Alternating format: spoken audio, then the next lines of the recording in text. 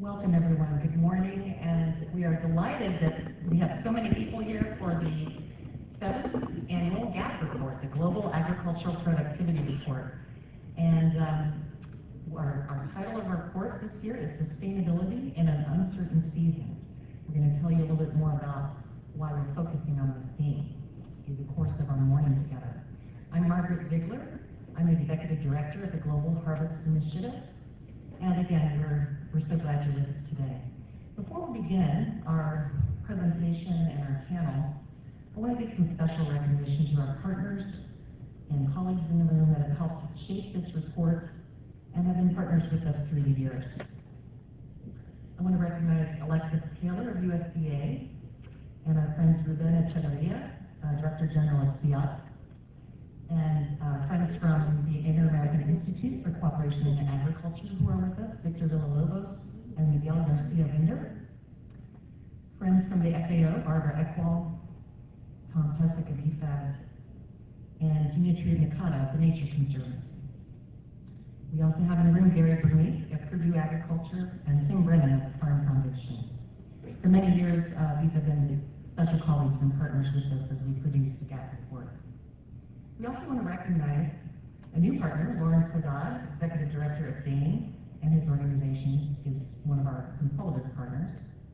Jay Segal of the Segal Foundation, and Zilis Kulkarni of Jane Irrigation. Your organizations and companies have helped shape the GAP report in the past years, and we thank you. And I'm especially glad to see today we have 4 former laureates of the World Food Prize with us in the room. Rob Fraley is here from Monsanto, Pedro Sanchez, Phil Nelson, and Perpin Stark-Anderson. We're so glad to have you with us. Thank you for your leadership.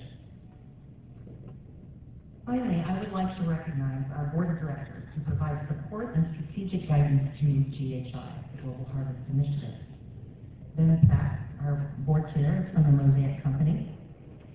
Jesus Madrasso of Monsanto, Grady Bishop of Elanco Animal Health, Corey Reed of John Deere, Doyle Carr of DuPont, Colin Lesky of Novozymes, and Lisa Fabry of Farmland Partners Incorporated.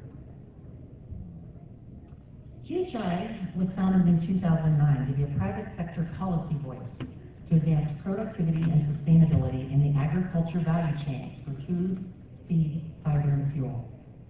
We believe that the right policies, practices, and technologies will advance global food and nutrition security and the productivity that we need to more sustainably feed 9.7 billion people by 2050.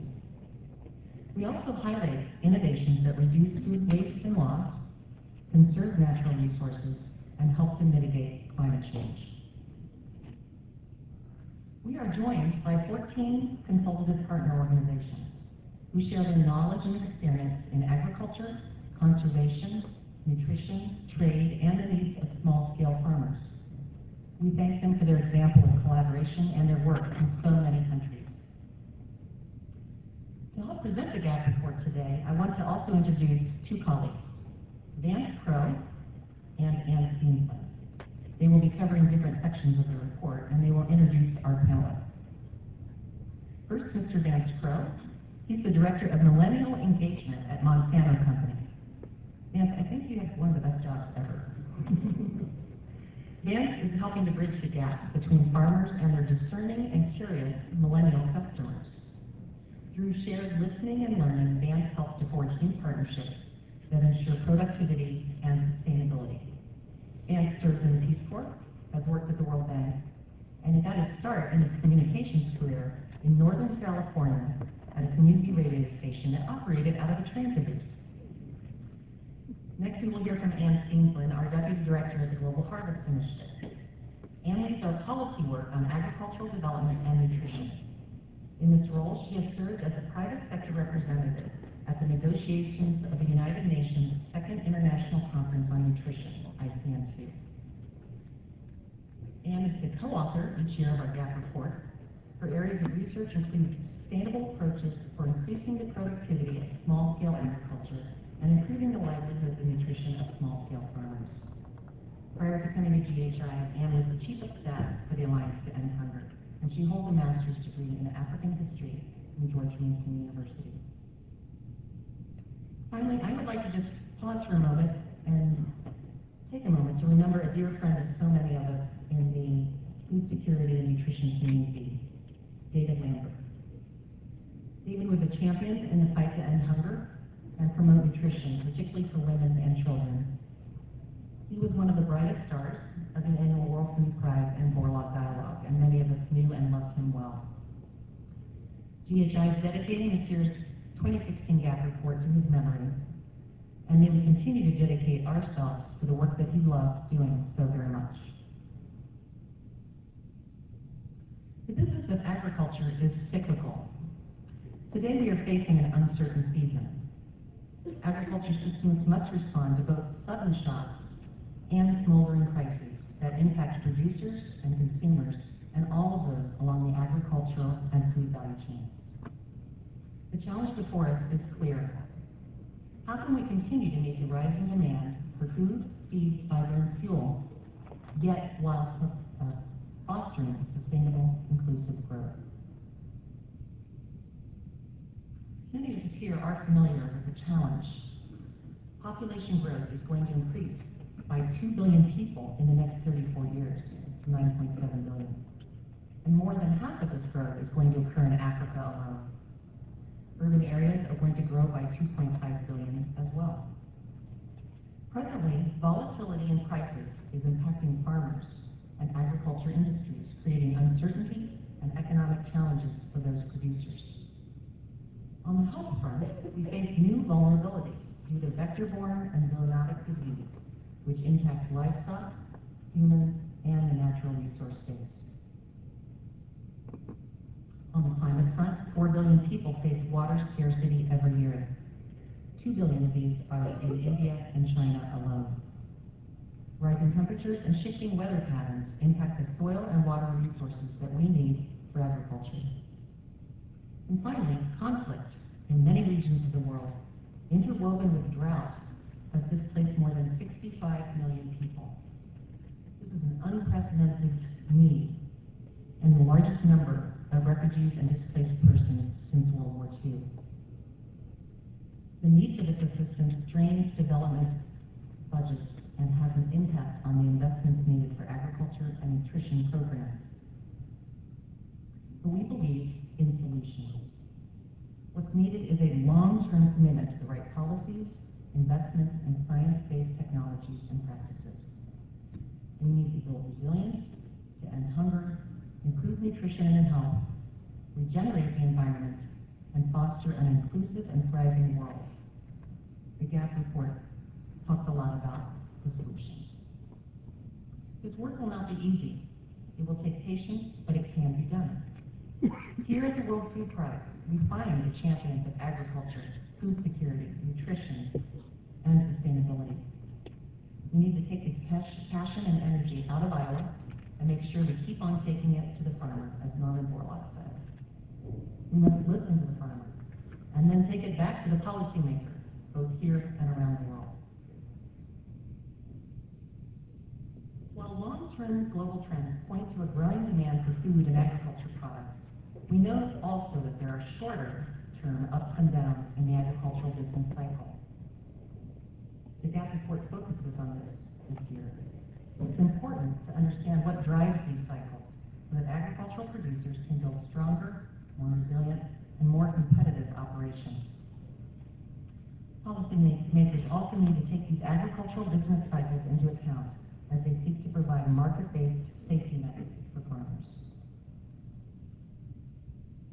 On page 7 of the GAP report, which you all have copies of, we can see an interesting trend. Over time, global agricultural prices have passed through various phases of volatile booms and busts.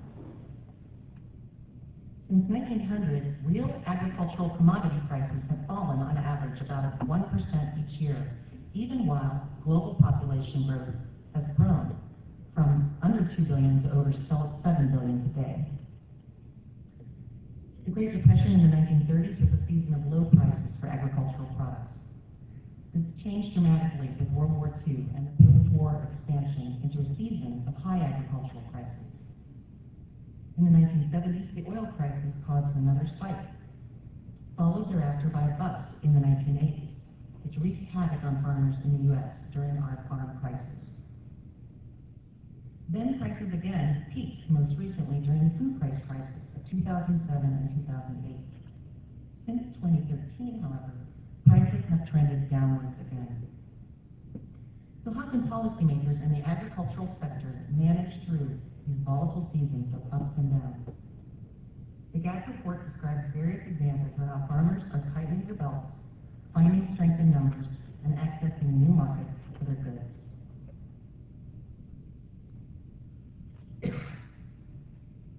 Recently, a farmer from Carson, Iowa wrote me a letter about his challenging situation in his agricultural business cycle. He said, "Food security begins at home. I cannot give away the corn and the crops that I grow for free. Today's business must show a profit or there is no future." When we talk about sustainability in agriculture, it must include the economic sustainability of farmer businesses as well as sustainability of the natural resource base. To produce more, farmers use a variety of options. They can use more land to produce more crops or livestock, or they may convert forests to cropland or rangeland. They can extend irrigation to land to improve output, and they can increase applications of inputs such as fertilizer, or machinery, labor, herbicides, or other inputs. Or, this is what we like to emphasize in our GAP report, they can adopt technologies and practices that result in more output from existing resources, a measure of efficiency known as total factor of productivity, or TFP. TFP is the ratio of agricultural inputs, land, labor, fertilizer, seed, machinery, and livestock, to the output. TFP measures whether farmers are making better use of existing resources through improved products and practices. Essentially, TFP measures how innovative their operations are. In the GAP report, we highlight how over the past 5 decades, TFP has accounted for a growing share of the growth in agricultural output globally. TFP, as seen in the green shaded bar, indicates that efficiency and innovation are beginning to account for a greater proportion of agriculture output worldwide. However, if we look at countries based on their per capita income, we see a different picture. This figure indicates that while low-income countries are boosting their agricultural output in recent decades, a significant share of this output is attributable to land expansion, as indicated by the red bar, as well as the use of more inputs, as seen by the growth of the orange bar. TFP, however, is growing as a share of their agricultural production. In high-income countries, decades of public and private investments in agricultural research and extension and rural infrastructure, along with crop and livestock innovation, have made TFP the principal source of growth in agricultural output. The use of land in agriculture has actually remained the same or declined slightly, while the output has dramatically increased, and allowing land to be placed in conservation. Nevertheless, in the most recent decade, we are beginning to see a stagnation of TFP growth, which may be a cause for concern if it's not reversed. Now, to share more of the GAP report with you, I would like to invite Vance Crowe to the stage.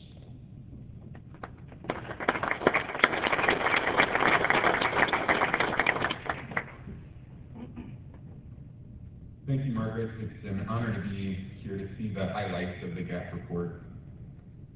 GHI has calculated that global agricultural productivity must grow by an average of 1.75% in order to double agricultural productivity by the year 2050.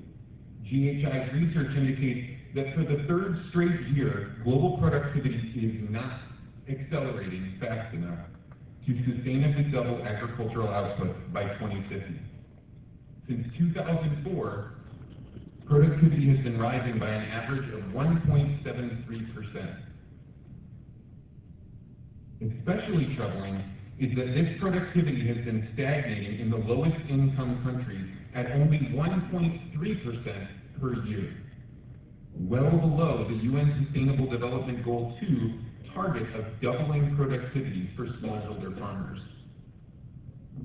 The impact of this growing productivity gap for the low-income countries will be profound.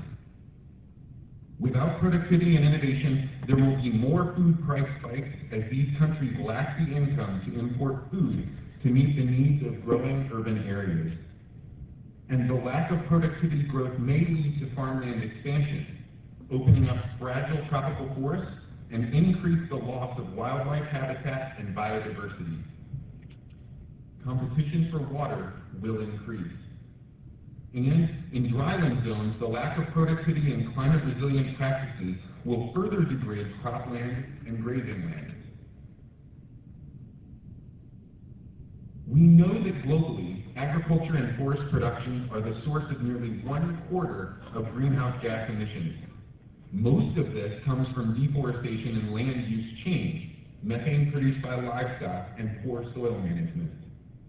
As if these challenges were not daunting enough, they come at a time when rising global middle class will seek a wider variety of food and more livestock-based products. Farmers, ranchers, and agricultural businesses are in the unique position of being among the most vulnerable to climate change, while at the same time being in the best position to mitigate it. How can producers and the agriculture industry work to make agriculture a mitigation powerhouse? The GAP report shows that by adopting mitigation practices and by enhancing productivity in agriculture, the forest and agriculture industries will be able to reduce net emissions to half of current levels by 2050, while still providing the increased levels of food and agricultural products needed by 2050.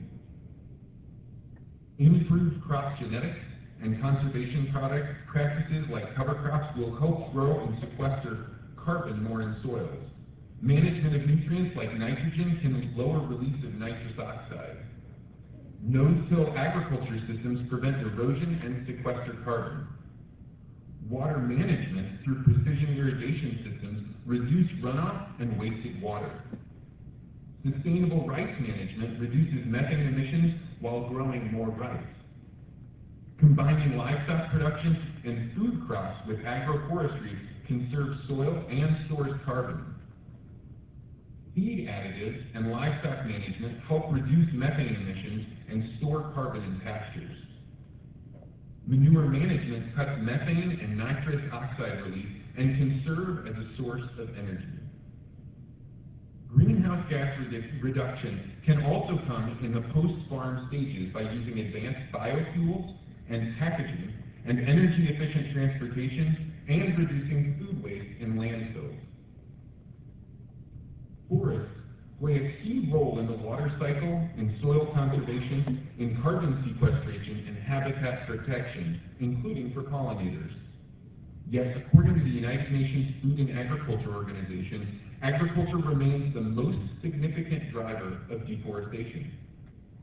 Around the world, farmers and ranchers have expanded into native habitat and clear forests and convert grasslands to bring new land into crop or livestock production.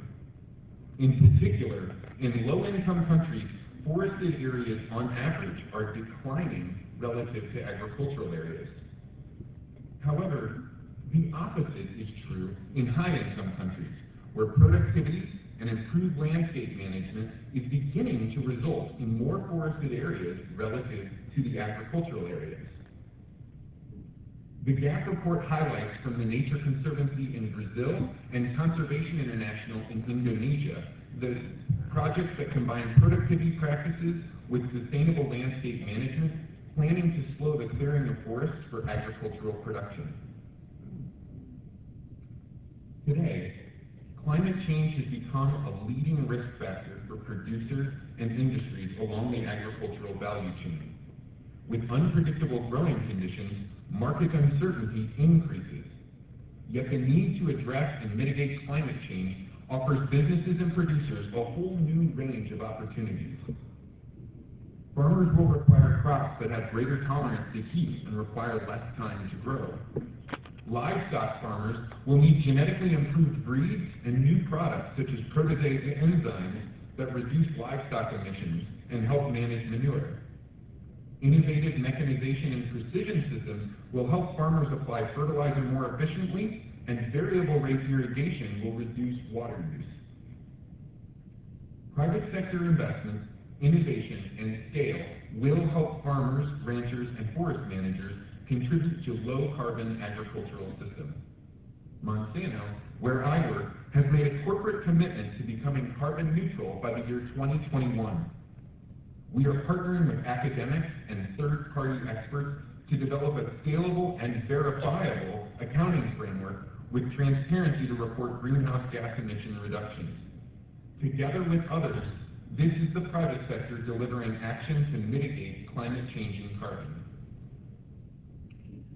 The Rice Stewardship Partnership between rice growers, Ducks Unlimited, the USDA Natural Resources Conservation Service, and the Mosaic Foundation is improving water use efficiency and reducing methane emissions from rice production in the USA while still conserving habitats for wildlife.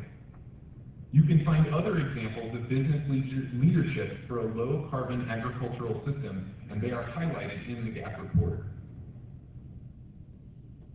A productive, sustainable global agricultural system relies on public policy and investments to help in the shift of a low-carbon system and to reduce the impact on the natural resources base.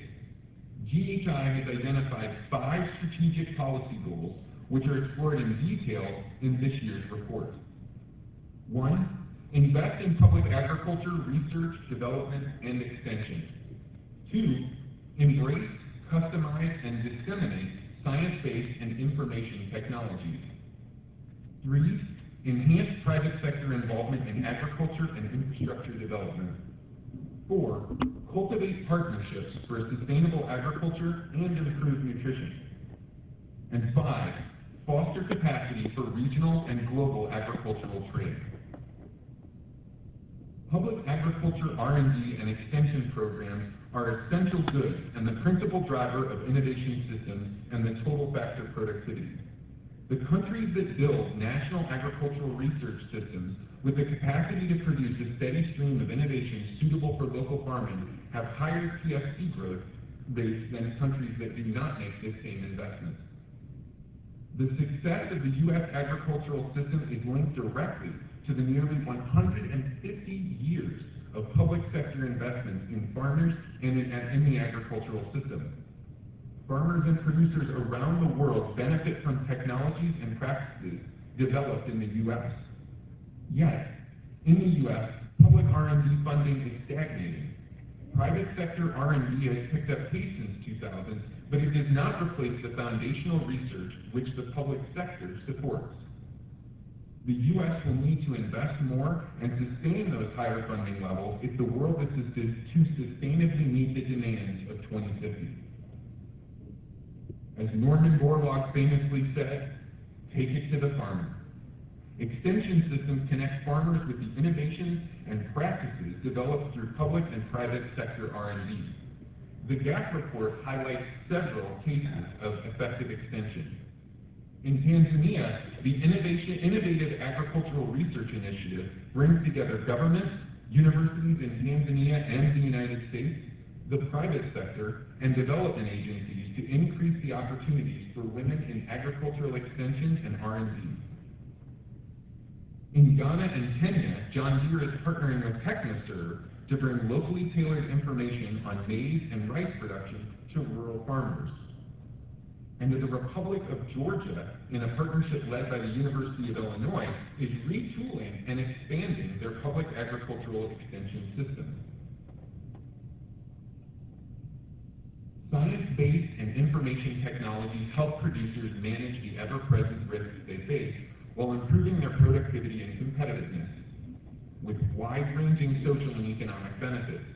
Biotechnologies protect crops against stresses such as drought and pests. Genetic improvement and disease management keep livestock healthy and productive. Efficient irrigation and cultivation techniques improve water productivity. Innovative storage technologies reduce post-harvest loss. Information technologies will allow farmers to access vital information on market prices,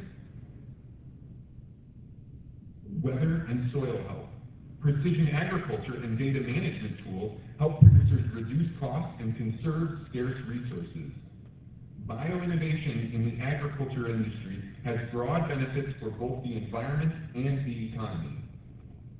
It is important to remember that these technologies, which have benefited large-scale agricultural systems, must be customized, priced, and accessible for new, small, and medium-scale enterprises, particularly in low-income countries. Smart, science-based regulatory systems that keep pace with rapidly changing innovations in science and technology can foster the development and adoption of new innovations and practices. The GAP report describes how regulatory systems can promote innovation, entrepreneurship, and competitiveness, protect the natural resources and the environment, and ensure consumer health and safety while building trust.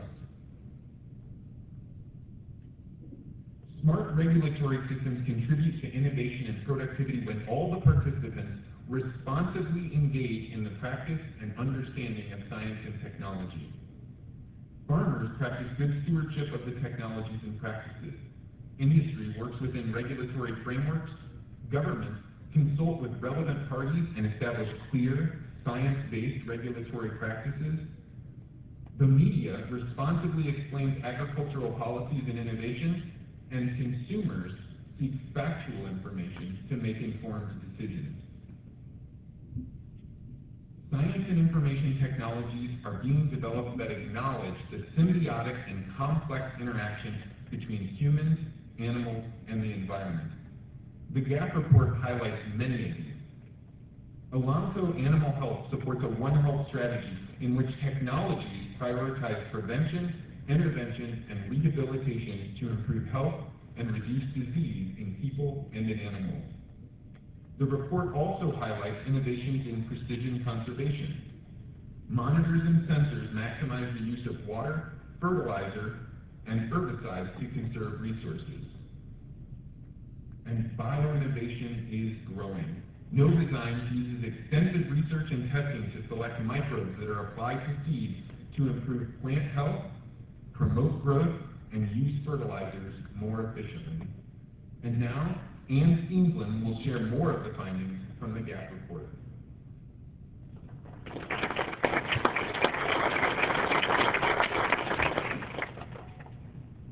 Thank you, Vince. Good morning, everyone. So in order to maximize the investments that we want to make in agricultural R&D and science-based innovation, we need to improve and extend the infrastructure for transportation, electricity, finance, and communications. But we also need to ensure that farmers can make affordable capital investments in their own operations so they can improve their productivity and competitiveness. The GAP report looks at strategies and policies addressing both of these concerns, as well as approaches that link them together to develop a sustainable agricultural infrastructure. A sustainable agricultural infrastructure starts by securing affordable access to the indispensable inputs: land, water, improved seeds, and crop protection products. For millions of small-scale farmers, increasing sustainability and reducing uncertainty begins with securing the right to own, buy, sell, and cultivate their land. In Benin, Agricultural productivity growth has been suppressed for many years by the absence of ownership records and a customary land tenure system that makes land transactions very difficult. As part of a compact between the U.S. and Benin governments, the Millennium Challenge Corporation invested $31 million to support land policy reform and to strengthen the land tenure system. They worked with community leaders and landholders to identify and survey the boundaries of land parcels, and they provided legal title certificates that can be used as collateral to obtain financing. Improved seed, fertilizer, crop protection products, and weather index insurance enable farmers to maximize their productivity and reduce their risk.